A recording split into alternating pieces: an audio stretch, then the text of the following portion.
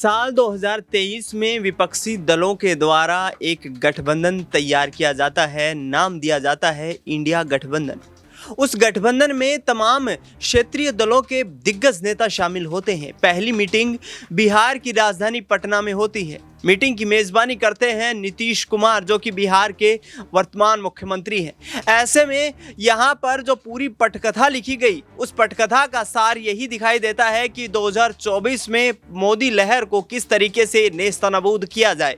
और ऐसे में नीतीश कुमार पटना से हुंकार भरते हुए नजर आते हैं। तमाम सहयोगी दलों को साथ लेकर के कांग्रेस पार्टी की अगुवाई में इस गठबंधन का निर्माण किया जाता है। यहाँ पर भारतीय राष्ट्रीय कांग्रेस के मल्लिकार्जुन खड़गे जो हैं वो हुंकार भरते हुए कहते हैं कि 2024 में यहां पर मोदी का सत्ता में वापसी करने का सपना अब चकनाचूर हो जाएगा, क्योंकि विश्वास भी उनको अपार था। नीतीश कुमार जो कि बिहार के मुख्यमंत्री हैं, पिछले 20 सालों से इस कुर्सी पर बैठते नजर आ रहे हैं। दूसरी तरफ बात कर ली जाए बंगाल में, वहां पर ममता बनर्जी हैं।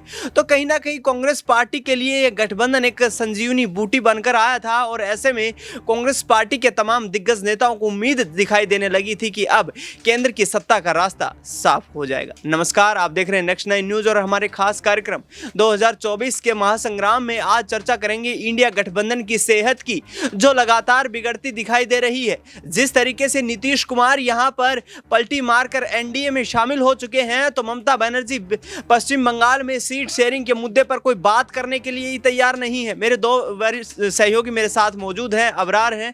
अबरार, बहुत बहुत स्वागत है आपका। दूसरी तरफ सिराज हैं। सिराज, इस डिबेट में आपका बहुत बहुत स्वागत है। और जिस तरीके से सिराज यहाँ पर पूरी जो कहानी एक बनती नजर आ रही है कि इंडिया गठबंधन में जो गठबंधन हुआ था वहां पर अब गांठें पड़ गई हैं, तो क्या ऐसे में आगामी चुनाव में यहां पर कांग्रेस पार्टी के लिए मुश्किलें खड़ी होती नजर आएंगी? जी बिल्कुल, मुझे लगता है कि इससे कुछ खासा प्रभाव नहीं पड़ने वाला, क्योंकि आपको समझना होगा कि जिनको जाना होता है वो पहले ही जा चुके थे। और उनके मन में भले ही नीतीश कुमार ने जो है इंडिया गठबंधन की नींव रखी, लेकिन आपको समझना होगा कि अब जो है वो पलटी मार चुके हैं। और इतिहास में ऐसे कई बार उन्होंने किया है और बिहार की राजनीति को कहीं ना कहीं उन्होंने एक तरीके से नए मोड़ पर ला के खड़ा कर दिया। नीतीश कुमार बार बार जो है वो बिहार की जनता से एक तरीके से कह सकते हैं उनके विश्वास के साथ खेलते हुए नजर आ रहे हैं। और इंडिया गठबंधन की बात करें तो मुझे नहीं लगता कि कोई ज़्यादा फर्क पड़ेगा। वैसे भी नीतीश कुमार का जो पहले जैसा वोट बैंक था वो भी अब खतरे में है। और मुझे नहीं लगता इतनी दल बदली करने के बाद से बिहार की जनता उनके ऊपर भरोसा करेगी, क्योंकि अभी देखना होगा कि प्रशांत किशोर भी जो है उभरता हुआ अब बिहार में चेहरा है और लगातार जो है उनके अनुभव भी हैं, किस तरीके से जो है वो कार्य कर रहे हैं, बिहार में हर गाँव में जा रहे हैं। तो मुझे नहीं लगता एक बड़ा जो है झटका होगा। और अब तो आपने लोकसभा की चुनाव की बात की, लेकिन विधानसभा में भी नीतीश कुमार का जीतना जो है मुश्किल हो जाएगा। बिल्कुल, यहाँ पर नीतीश कुमार के लिए आगामी वक्त में बिहार की राजनीति में मुश्किलें बढ़ती नजर आ सकती हैं। अगला सवाल अबरार से रहेगा। अबरार, जो यहाँ पर पासा पलटा है नीतीश कुमार ने, क्या 2024 के लोकसभा चुनाव में इसका किस तरफ झुकाव ज़्यादा देखते हैं? क्या प्रधानमंत्री नरेंद्र मोदी को एक और सहारा मिल गया है, या फिर इंडिया गठबंधन को यहाँ से गहरी चोट लगी है? देखिए, जहाँ तक नीतीश कुमार के इस्तीफे के बाद लगातार चर्चा हो रही है कि नीतीश कुमार जो है धोखा दे रहे हैं या नीतीश कुमार ने बड़ी बगावत कर दी। जाहिर सी बात है कि नीतीश कुमार एक बड़े, आप कह सकते हैं कि जो है आप स्तर पर जो है कहीं ना कहीं इंडिया गठबंधन को बनाया उन्होंने। किसी भी नेता में, विपक्ष में इतनी ताकत तो थी नहीं कि 28 दलों को वो एक साथ एकजुट करके पटना में बुला ले। किसने बुलाया? नीतीश कुमार ने बुलाया। तो आपको ये सियासी ताकत समझनी पड़ेगी। और जब नीतीश कुमार बीते साल जून में ही पहली बैठक कर चुके थे पटना में, उसके बावजूद भी अब 4 बैठक करते हैं अलग अलग जो है शहरों में, और अब ये तय नहीं कर पा रहे हैं कि सीट कहाँ पर जो है किस तरीके से लड़ी जाएगी, कौन सी पार्टी कितने सीटों पर लड़ेगी। तो नीतीश कुमार फिर इतना बड़ा जोखिम लेकर के जब आगे बढ़ रहे हैं, जब नीतीश कुमार तमाम नेताओं को एक साथ लाने की कोशिश कर रहे हैं, और जब श्रेय लेने की बारी आती है तो कांग्रेस वाले सबसे आगे आगे चल जाते हैं। जब श्रेय लेने की बारी आती है तो मल्लिकार्जुन खड़गे को अब आगे कर देते हैं। तो अगर मल्लिकार्जुन खड़गे की वो सियासी ताकत थी तो मल्लिकार्जुन खड़गे तमाम 28 दल को इकट्ठा कर लेते।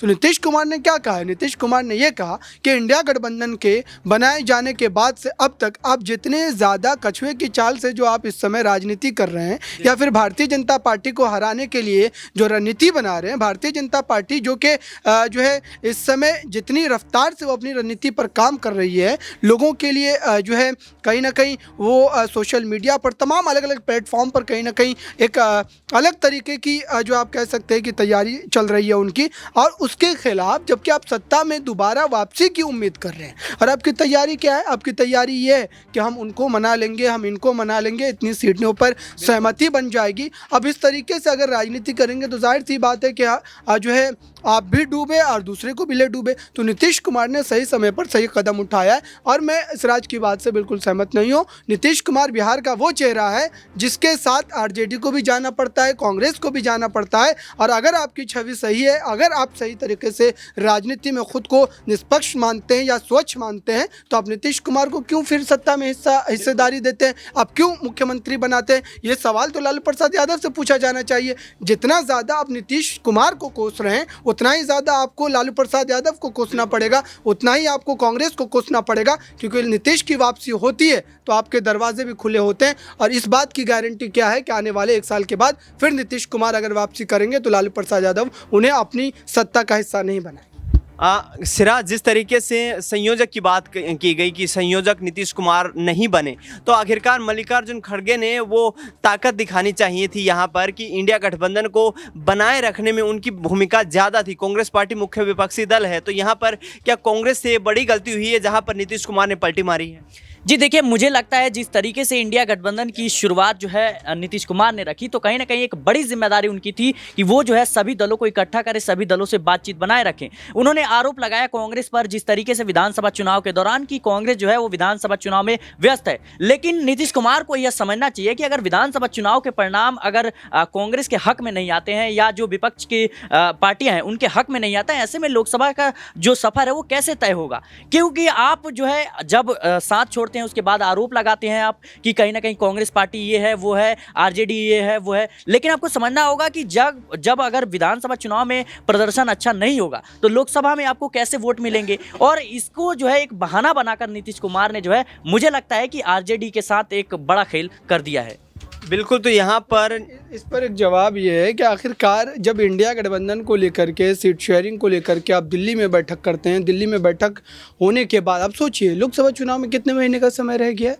लोकसभा चुनाव होने में मात्र 3 से मुश्किल 4 महीने का समय है। और इस समय राहुल गांधी सीट शेयरिंग के फॉर्मूले को तय करने के बजाय मणिपुर से वो भारत जोड़ो न्याय यात्रा कर रहे हैं। जब आप अपने गठबंधन में न्याय नहीं कर पा रहे हैं, जब आप ये नहीं तय कर पा रहे हैं कि पश्चिम बंगाल में आप किस तरीके से सीटों पर चुनाव लड़ेंगे, जब आपको ये तय करना था कि जो है कहाँ पर प्रत्याशी तय करने हैं, तब जाकर के आप ये तय कर रहे हैं कि हमें किस रास्ते से होकर के भारत जोड़ो न्याय यात्रा को लेकर के गुजरना है। तो जितना लेट लतीफ़ी चल रही थी इस गठबंधन को लेकर के, नीतीश कुमार ने इसी बात से नाराज़ होकर के खुद को अलग कर लिया। क्योंकि कल होकर के अगर नतीजे पक्ष में नहीं आते तो यही कहा जाता कि नीतीश कुमार ने अगुवाई की थी, नीतीश कुमार ने कार्यभार संभाला था और उनकी ही ये नाकामी है।